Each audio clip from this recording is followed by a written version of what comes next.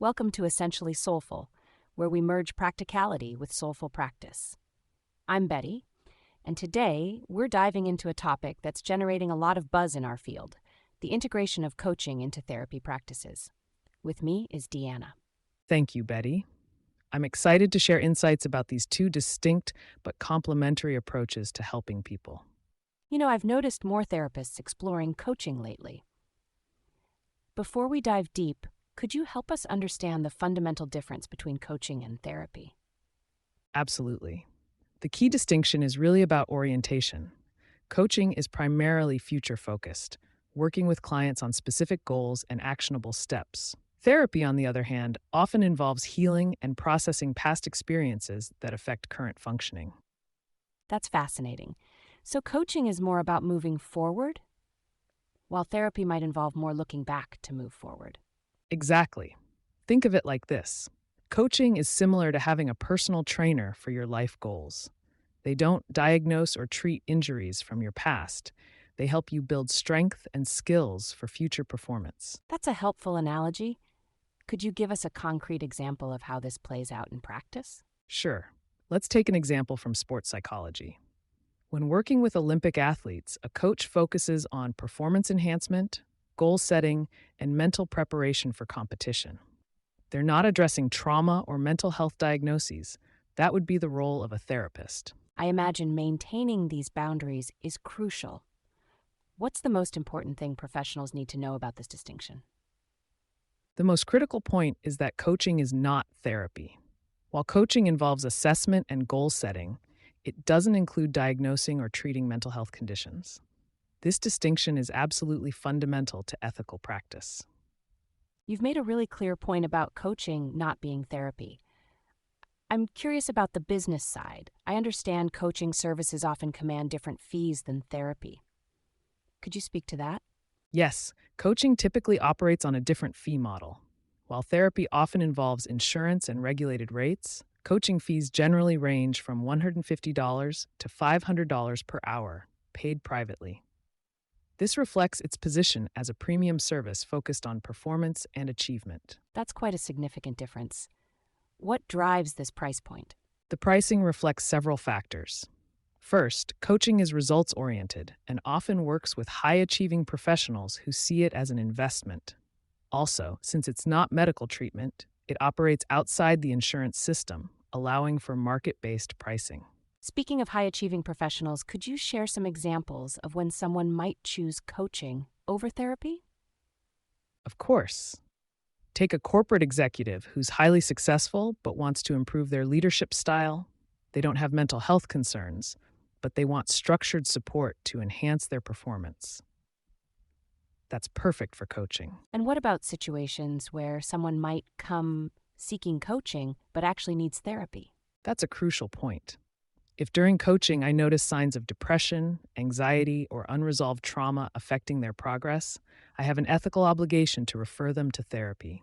It's about recognizing our scope of practice. That brings up an interesting question. For professionals who do both, how do they maintain clear boundaries? The key is having separate frameworks and contracts for each service. I never mix coaching and therapy with the same client. Each engagement needs to be clearly defined from the start. Either we're doing coaching with specific performance goals, or we're doing therapy to address mental health concerns. That's really helpful. Do you find clients generally understand these distinctions? It requires clear communication up front. I always have an initial conversation explaining the differences, including the focus, methods, and expected outcomes. Most clients appreciate this transparency, and it helps set appropriate expectations. DeeAnna, you mentioned clear frameworks earlier. This makes me wonder about professional requirements. What kind of certification or training should therapists consider if they want to add coaching to their practice? While coaching isn't regulated like therapy, I strongly recommend getting proper certification. The International Coach Federation is widely recognized, and their credentials carry weight in the professional world. And for therapists, the National Board for Certified Counselors offers the Board Certified Coach credential. Even with existing therapy credentials? Yes, absolutely. Therapy training doesn't automatically prepare you for coaching. The skill set is different. It's more about action planning and accountability rather than processing and healing. Proper coach training helps you develop these specific skills. Could you walk us through what that training typically involves? The training usually covers coaching frameworks, goal setting techniques, business development, and importantly, ethical considerations. You'll learn specific coaching methodologies, how to structure sessions, and how to measure progress effectively. Speaking of measuring progress, how does that differ from tracking therapeutic outcomes? In coaching, progress is often more tangible and measurable. We're looking at specific achievements. Did the executive improve their team's performance? Did the client reach their career goals? It's very outcome focused, unlike therapy, where progress might be more subtle or internal. That makes sense. What about virtual coaching? I imagine that's become more prevalent recently. Virtual coaching has exploded in popularity. Unlike therapy, which has strict state-by-state regulations about virtual practice, coaching can more easily cross geographical boundaries. However, this doesn't mean we can ignore professional standards. What kind of professional standards should coaches maintain in virtual settings? Even though coaching isn't as strictly regulated, we need secure platforms, clear virtual session protocols, and professional boundaries. I maintain the same level of professionalism as I do in my therapy practice: confidentiality, secure communication, and clear documentation. That's really helpful. For therapists considering this transition, what's the first step you'd recommend? Start by clearly defining your niche. What specific type of coaching aligns with your expertise? Career coaching, leadership coaching, performance coaching. This helps you target your training and build a focused practice. DeeAnna, you mentioned defining your niche. I'm curious about how you handle potential clients who might not fit your specific coaching focus. That's where having a strong referral network becomes crucial. Just like in therapy, we need to know when to refer out. I maintain connections with coaches who specialize in different areas, so I can direct clients to the best fit for their needs. And how do you approach pricing when you're first starting out in coaching? While the industry average is $150 to $500 per hour, I recommend starting at a moderate price point that reflects your experience level while still valuing your expertise. You can adjust as you build your coaching reputation and track record. That's practical advice. What about managing client expectations? How do you ensure clients understand what coaching can and cannot accomplish? I use a detailed coaching agreement that clearly outlines what coaching is and isn't.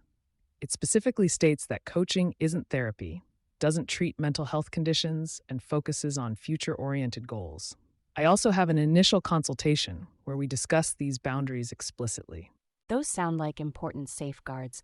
What other protective measures do you recommend? Professional liability insurance specifically for coaching is essential. Also, keeping clear, separate records for coaching clients and having protocols for emergencies or situations where a client might need referral to therapy. As we wrap up, what would you say is the biggest challenge therapists face when adding coaching services? The biggest challenge is often mindset shift. As therapists, we're trained to explore and process. In coaching, we need to be more directive and action-oriented. It's a different way of helping that can feel uncomfortable at first. And the biggest opportunity? The opportunity to help people in a different way. Coaching allows us to work with high-functioning individuals on achieving their goals, which can be incredibly rewarding. Plus, it provides a business opportunity that isn't constrained by insurance systems. Any final advice for therapists considering adding coaching to their practice? Take your time to do it right. Get proper training, start with a clear niche, and maintain strong ethical boundaries. Also, be sure to cover the legalities as well, such as how your business needs to be structured. I'll drop a link in the show notes about that. Remember, too, it's not about replacing therapy. It's about offering a different service for different needs. And if you are listening to this podcast, you are on the right track. Thank you, DeeAnna, for sharing these valuable insights. To our listeners, we've covered a lot of ground today on Essentially Soulful, from the evolution of coaching to its practical implementation. I hope this discussion has given you useful perspectives to consider.